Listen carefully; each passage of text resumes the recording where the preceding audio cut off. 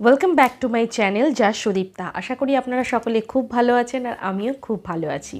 Last ভিডিওটায় আমি share করেছিলাম আমি, আমার হাজব্যান্ড আর আমার মেয়ে আমরা তিনজন একটা ছোট্ট ট্রিপে গিয়েছিলাম এবং সেটা দীঘা, এবং সেটা খুব কম দিনের জন্য, 2 থেকে 3 দিনের জন্য।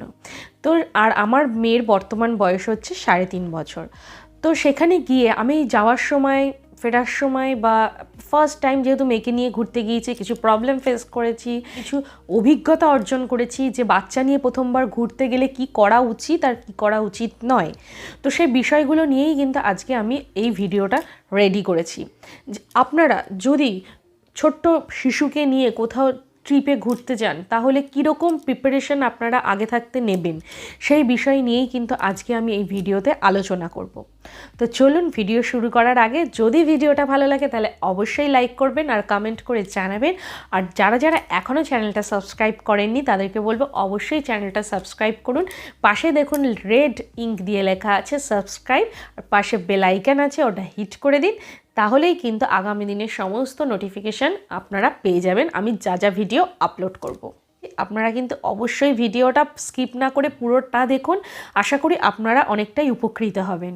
ফার্স্টে বলবো যে আপনি যদি ছোট্ট শিশুকে নিয়ে কোথাও ঘুরতে যান ফার্স্ট টাইম, তাহলে বলবো অবশ্যই সেই ট্রিপটা ছোট ট্রিপ রাখুন। 2 দিন 3 দিন, খুব জোর হলে 4 দিন ছোট ট্রিপ রাখুন শিশুকে নিয়ে ফার্স্ট টাইম ঘুরতে গেলে।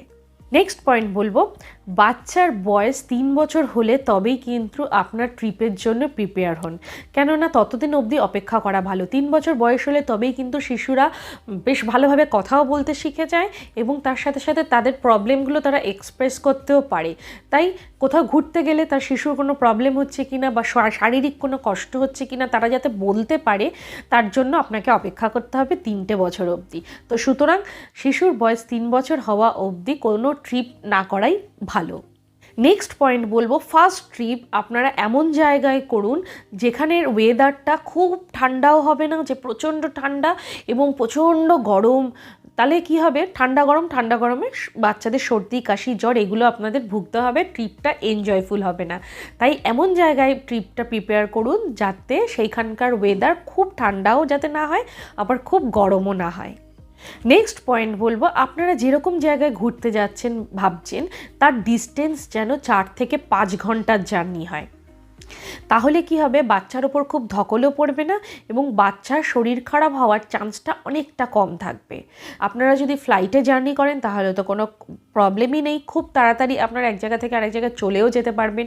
এবং যদি বাস বা ট্রেন হয় তাহলে তো অবশ্যই বলবো খুব হার্ডলি 4 থেকে 5 ঘন্টার জার্নিতেই আপনারা ট্রিপ প্রিপেয়ার করুন, তার থেকে বেশি নয়। তাহলে শিশুর যদি কোনো শারীরিক প্রবলেম হয় তাহলে আপনারাও কিন্তু সেই ট্রিপটা এনজয় করতে পারবেন না।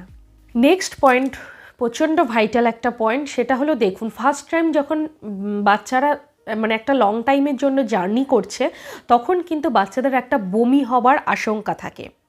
তো সেটা কিন্তু আমিও ফেস করেছি। আমার বেবি যখন ফার্স্ট টাইম, যেহেতু ও এটা ট্রিপটা করলো এবং ফার্স্ট টাইম ও বাসে যখন উঠলো, আর আমরা বাসে করে গিয়েছিলাম, তো তখন আমি দেখলাম, মানে আমি ফেস করলাম যে আমার বেবির কিন্তু বমি হয়েছিল। তো কেন বমি হয়েছিল, কী কারণে বমি হয়েছিল, সেইগুলো যখন আমি ভালো করে পর্যবেক্ষণ করলাম, ফেরার পথে কিন্তু আমি সেই বিষয়গুলো খেয়াল রেখেছিলাম, যার জন্য ফেরার পথে কিন্তু আমার মেয়ের, আমি একই বাসেই এসেছিলাম, দেখলাম যে ওর আর সেকেন্ড টাইম বমি হচ্ছে কিনা, দেখলাম না।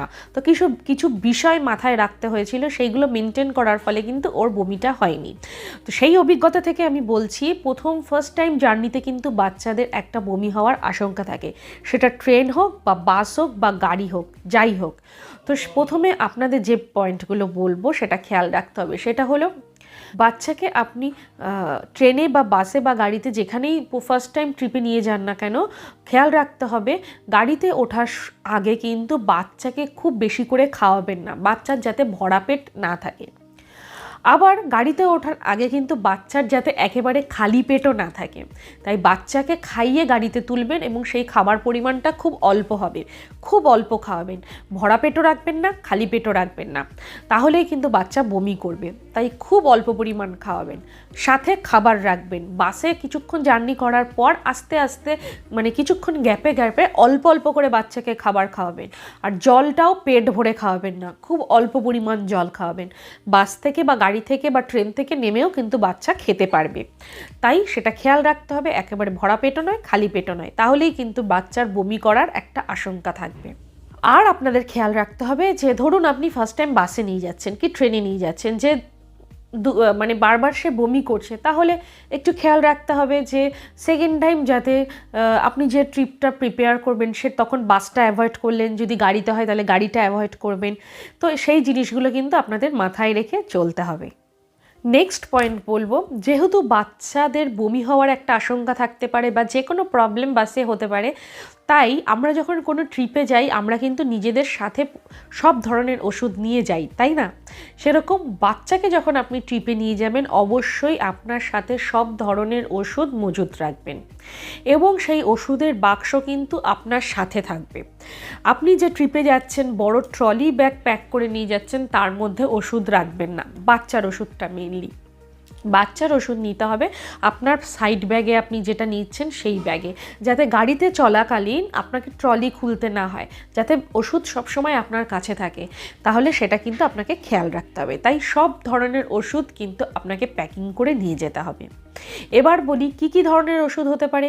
জ্বরের ওষুধ নেবেন, সর্দি কাশির ওষুধ নেবেন, বা অনেক সময় ট্র্যাভেল করার টাইমে যারা ফ্লাইটে ট্র্যাভেল করে অনেক সময় বাচ্চাদের নাক খুব জ্যাম হয়ে যায়, সেখানে যদি এসি চলে বাচ্চাদের নাকের ভিতরে জল শুকিয়ে প্রচণ্ড নাক ড্রাই হয়ে যায়, তাদের শ্বাস নিতে প্রবলেম হয়, তখন একটুখানি নাসাল ড্রপ যেগুলো হয় সেগুলো দিয়ে দিলে বাচ্চাদের শ্বাস প্রশ্বাসে খুব সুবিধা হয়। আচ্ছা, তারপরে বাচ্চাদের জ্বরের ওষুধ অবশ্যই নেবেন, পেট খারাপের ওষুধ নেবেন, বমির ওষুধ নেবেন, হজম হচ্ছে না, বাইরে ঘুরতে গেলে এটা ওটা খাওয়া হচ্ছে, হজমের প্রবলেম, হজমের ওষুধ নেবেন। সব ধরনের ওষুধ কিন্তু নিতে হবে। আর বিশেষ করে যেসব বাচ্চারা ডাইপার পরে তাদের জন্য বলছি অবশ্যই এক্সট্রা ডাইপার নিয়ে যাবেন, কখনোই মানে গুণে মাপ মতো ডাইপার নেবেন না। তার সাথে নেবেন ডাইপার র্যাশ ক্রিম, যাতে বাচ্চাদের বাই চান্স র্যাশ হলে, যেহেতু বাইরে ঘুরতে গেলে আমরা বেশিরভাগ টাইমটাই বাচ্চাদের ডাইপার পরিয়ে রাখি, তো সুতরাং ডাইপার র্যাশ ক্রিম নেবেন। এই সব ধরনের ওষুধ যেগুলো আপনার প্রয়োজন, আপনার বাচ্চার প্রয়োজন হয়, সেই সব ধরনের ওষুধ কিন্তু আপনাদের সাথে রাখতে হবে। নেক্সট পয়েন্ট বলবো, আপনি যে আপনার সাইড ব্যাগ, যে ব্যাগটা আপনার সাথে থাকছে তার মধ্যে আপনি ওষুধ নেবেন, বাচ্চার এক্সট্রা জামা কাপড় নেবেন, যদি বাচ্চা কখনো জল ফেলে দেয় খেতে গিয়ে বা বমি করে দেয়, সেই জামা কাপড় যাতে আপনি চেঞ্জ করতে পারেন সেই জন্য আপনার সাইড ব্যাগে কিন্তু সব ধরনের এক্সট্রা জামা কাপড় রাখবেন। আর ধরুন আপনারা কোনো ঠান্ডার জায়গায় যদি যান তাহলে বলবো শীতের পোশাকও এক্সট্রা আপনার সাইড ব্যাগে রাখবেন। আচ্ছা, এক্সট্রা খাবার দাবার নিয়ে যাবেন, শুকনো খাবার দাবার যেগুলো বাচ্চা খায় বা আপনারা নিজেদেরও খাবার প্রয়োজন হতে পারে, সেই সব ধরনের শুকনো খাবার, বিস্কুট হোক বা কোনো চকলেট হোক বা চিপস হোক, যেগুলো বাচ্চা ধরুন খেতে ভালোবাসে, আপনাকে মানে ট্র্যাভেলের টাইমে কোনো ডিস্টার্ব করবেন না, দিলে খেয়ে নেবে চট করে, সেই ধরনের খাবার কিন্তু আপনার ব্যাগে রাখতে হবে। বিশেষ করে বাচ্চার জলের বোতল, সেটাও কিন্তু খেয়াল রাখতে হবে। তাই সেই জিনিসগুলো কিন্তু সব আপনার সাইড ব্যাগে নিয়ে নিতে হবে। আর একটা মেইন বিষয়, সেটা হলো আপনার সাইড ব্যাগে আপনি যেটা রাখবেন, একটা কালো প্লাস্টিক কয়েকটা রেখে দেবেন। বাই চান্স ধরুন আপনার বেবি বমি করছে বা বমির টেন্ডেন্সি দেখা গেল, তাহলে আপনি বাসের মধ্যে বা ট্রেনের মধ্যে খুব বিচ্ছিরি লাগবে, তো ওই প্লাস্টিকের মধ্যে আপনি আপনার বেবিকে বমিটা করাতে পারবেন। তো সুতরাং সাথে কিন্তু অবশ্যই আপনাকে প্লাস্টিক রাখতে হবে। এছাড়াও রাখতে হবে স্যানিটাইজার, কেননা ধরুন মাঝে মাঝেই আপনার বাচ্চা গাড়ির মধ্যে বা বাসে বা ট্রেনে এখানে ওখানে হাত দেবে, বা কোনো সময় আপনি জল দিয়ে ধোয়াতে পারলেন না, বাচ্চা কোনো খাবার খাবে, তো বারে বারে একটু হাতে স্যানিটাইজার ইউজ করে নেবেন। তাই সাথে কিন্তু অবশ্যই স্যানিটাইজার রাখতে হবে। আর বাইরে ঘুরতে গেলে এখনকার যেরকম ওয়েদার বা নানান রকম ভাইরাসের যে সমস্ত প্রবলেম আমরা ফেস করছি, বাচ্চাকে অবশ্যই যতটা সম্ভব মাস্ক পরিয়ে রাখারই চেষ্টা করবেন। নেক্সট পয়েন্ট বলবো খাওয়া দাওয়ার বিষয়। দেখুন, বাচ্চা যেহেতু ফার্স্ট টাইম বেড়াতে যাচ্ছে, তো এতদিন বাড়ির খাওয়া দাওয়ার একরকম, বাইরে ঘুরতে গেলে একরকম খাওয়া দাওয়া, তো আপনাকে হোটেলের ওপর ডিপেন্ড করতে হবে। তাই বলবো খাবার দাবারের মেনু চুজ করবেন বাচ্চার জন্য অবশ্যই হালকা জাতীয় খাবার। কোথাও ঘুরতে গেলে সেখানে আপনি হোটেলে অবশ্যই ডাল হোক, আলু ভাজা হোক, আপনি পাতলা করে মাছের ঝোল তাদেরকে আপনি নিজে থেকে বলে দেবেন যে আমার বাচ্চা খাবে এইভাবে মাছের ঝোল করে দিন। সেই সব জায়গায় কিন্তু ওদের কাছে এই ব্যাপারগুলো খুবই ইউজ টু থাকে, যেহেতু বাচ্চারা ঘুরতে গেলে কিভাবে খাবার খাবে তারা কিন্তু সেগুলো জানে। তো সুতরাং আপনাকে কিন্তু সেটা মাথায় রাখতে হবে। অবশ্যই মশলা ছাড়া খাবার খাওয়াবেন এবং হালকা জাতীয় খাবার খাওয়াবেন, যাতে বাচ্চার হজমের সুবিধা হয়। নেক্সট পয়েন্ট বলবো, দেখুন বাচ্চাদের শরীর সুস্থ রাখার সবচাইতে ইম্পর্টেন্ট বিষয় হলো বাচ্চার ঘুম। তাই বলবো, কোথাও ধরুন আপনারা যদি ঘুরতে যান, সারাদিন ঘুরে আসার পর রাতের ঘুমটা যাতে বাচ্চার খুব ভালো হয় সেদিকে কিন্তু খেয়াল রাখতে হবে। বাচ্চার রাতের ঘুমটা যেন বাচ্চার অবশ্যই সলিড হয়।